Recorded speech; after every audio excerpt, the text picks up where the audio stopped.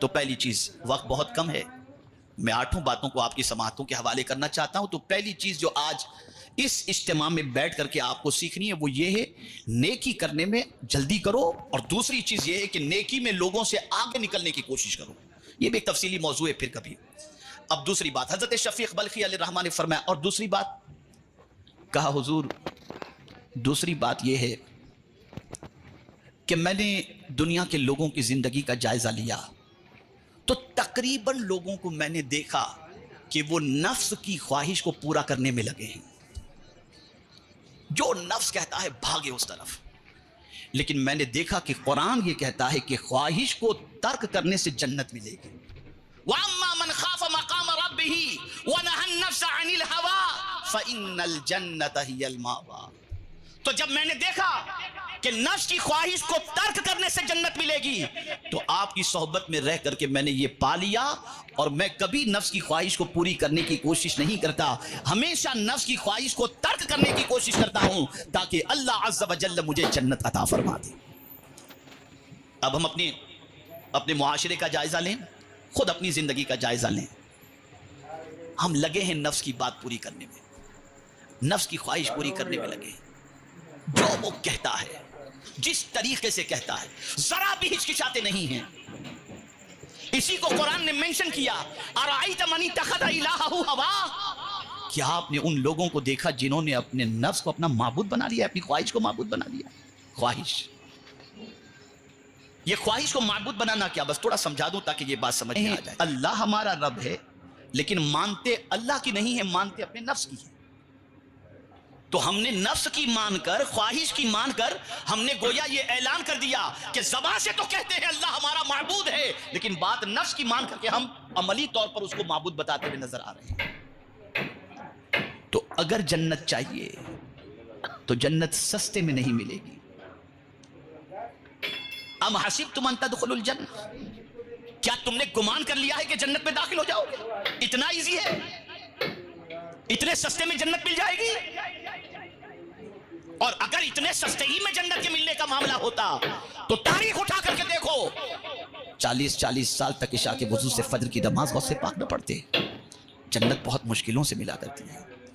اور آسان سا نسخہ قرآن نے بتا دیا، نفس کی خواہش کو ترک کرو، اللہ تمہیں جنت عطا فرما دے گا. تو حضرت حاتم اسم رضی اللہ المولا تبارک و تعالی عنہ نے عرض کیا کہ حضور میں نے نفس کی پیروی کرنے کی بجائے میں نے نفس کی خواہش کو ترک کرنا یہ اپنی زندگی کا ماحول بنا لیا ہے، عادت بنا لی ہے.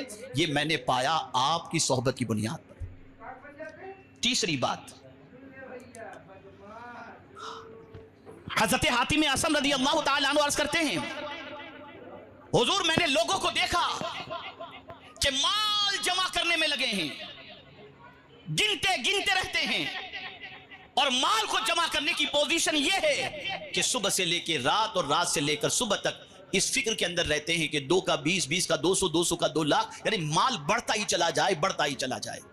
لیکن حضور مال میں بھی کماتا ہوں لیکن جمع کر کے نہیں رکھتا، اللہ کے نام پہ خرچ کرتا رہتا ہوں، اللہ کے نام پہ خرچ کرتا رہتا ہوں. اور یہ میں نے آپ کی صحبت میں رہ کر قرآن سنا اور سیکھ کر کے میں نے یہ کیا. کیا قرآن کہتا ہے؟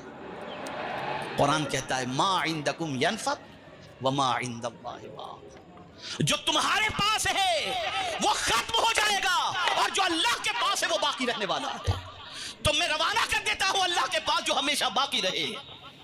اے رسول اعظم صلی اللہ تعالی علیہ وسلم کے دیوانوں، اللہ والوں کی تعریف قرآن جو بیان کرتا ہے وہ یہی تو بیان کرتا ہے وَمِمَّا رَزَقْنَاهُمْ يُنْفِقُونَ. یہ متقین کی جماعت ہے جن کی شان قرآن بیان کرتا ہے. الف لام میم ذالک الکتاب لا ریب فیہ ھدی للمتقین الذین یؤمنون بالغیب ویقیمون الصلاۃ وَمِمَّا رَزَقْنَاهُمْ يُنْفِقُونَ. اللہ والے جمع کر کے نہیں رکھتے، جو ہوتا ہے ضرورت بھر رکھ کر باقی اللہ کی راہ کے اندر خرچ کر دیا کرتے ہیں، اس لیے کہ وہ جانتے ہیں جو اللہ کے نام پہ خرچ کیا جائے گا وہ اللہ کی بارگاہ میں باقی رہے گا، اور ہمیشہ اس کا باقی رہنا قرآن سے ثابت ہے.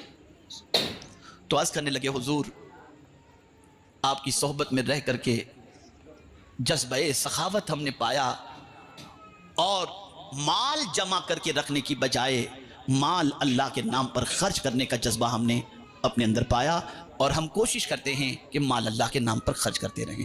اب یہاں میں آپ کو بتاؤں، بات جب خرچ کرنے کی آتی ہے تو آپ میں سے بہت سارے کہیں گے کہ ہم بھی خرچ کرتے ہیں،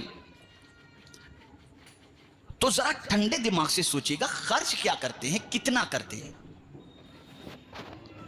سائل دروازے پر آئے، کل کا کھانا ہو تو دے دو۔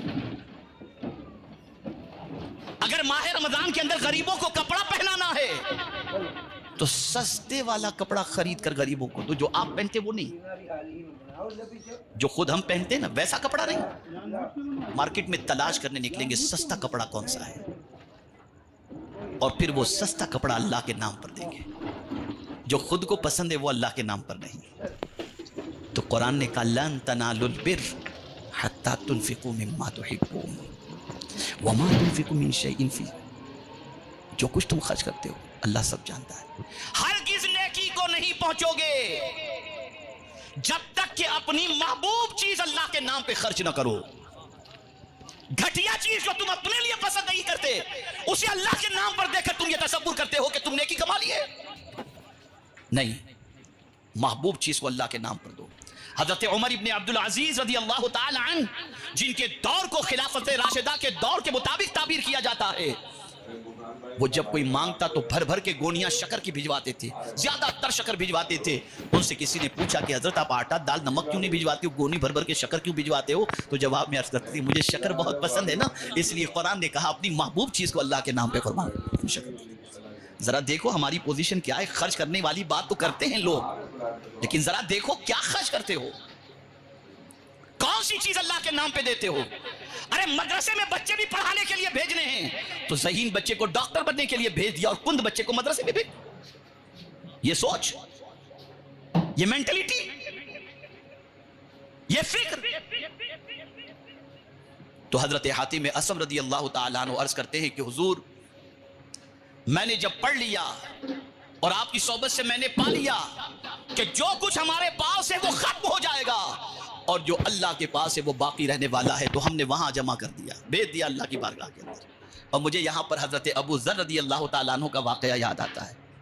ان سے ملاقات کے لیے ایک صحابی پہنچے، گھر میں پہنچے، دیکھا تو کوئی سامان نہیں۔ کہا ابو ذر تمہیں تو اتنا بہت سارا مال تمہیں ملا تھا، کہاں گیا سب، تمہارے گھر میں تو کچھ بھی نہیں۔ کہا دوسرے گھر میں بھیج دیا ہوں۔ اب وہ سمجھے کہ دوسری شادی انہوں نے کی ہوگی، تو انہوں نے پوچھ لیا یار دوسری شادی تم نے کی بتائے بھی نہیں، کہاں ہے دوسرا گھر تمہارا؟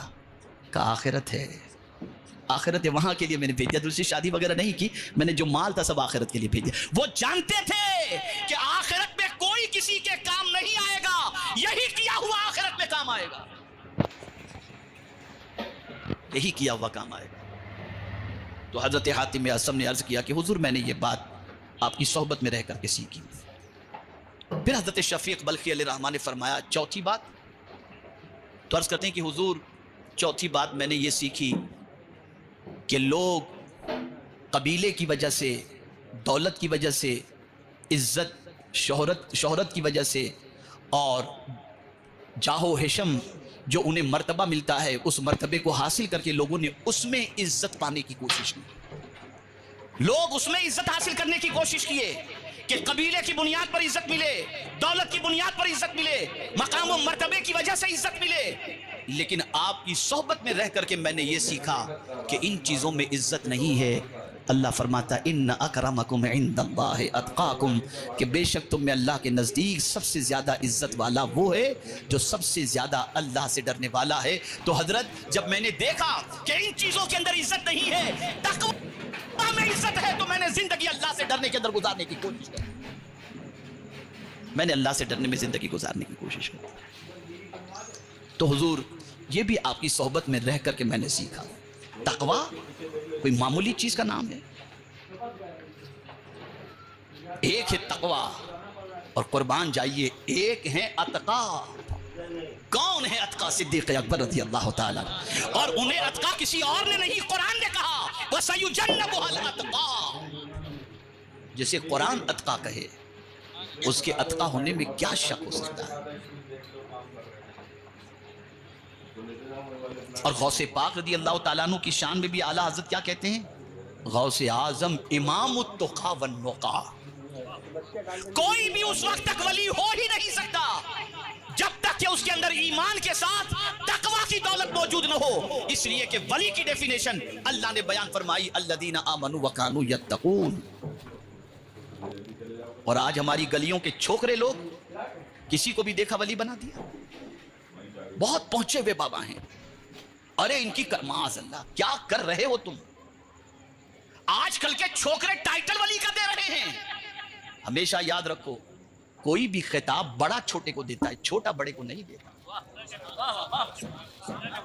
اللہ نے رسول کا خطاب دیا حضور صلی اللہ علیہ وسلم کو, صحابہ نے نہیں دیا. اللہ یجتبی الیہ من یشاء ویہدی الیہ من یرید ولکن اللہ یجتبی من رسلہ من یشاء کما قال. صحابی کا خطاب تابعین نے نہیں دیا, حضور نے صحابہ کو صحابہ کہا ہے. یہ کل کے چھوکرے ولی کا خطاب بانٹ رہے ہیں, گلیوں کے لڑکے ولی کا خطاب بانٹ رہے ہیں. ارے آپ جانتے ہو ولی کسے کہتے ہیں؟ حدیث قدسی ہے من عاد لی ولیا فقد آذنتہ بالحرب. جو میرے ولی سے دشمنی کرے میں اسے اعلان جنگ کرتا ہوں. یہ اللہ فرما رہا ہے. آپ ذرا سوچو تو صحیح کیا کرنے جا رہے ہو آپ اور کس طرف قدم بڑھا رہے ہو. خبردار اپنی زبان کو لگام دو. کوئی بڑا لقب کسی کو دینے سے پہلے 50 مرتبہ سوچا کرو کہ تمہاری کیا حیثیت ہے اور تم کس کو کیا لقب دے رہے ہو. ویڈیو کیسی لگی کمنٹ میں ضرور بتائیں اور ویڈیو کو لائک اور شیئر کریں اور ہمارے چینل کو سبسکرائب کریں.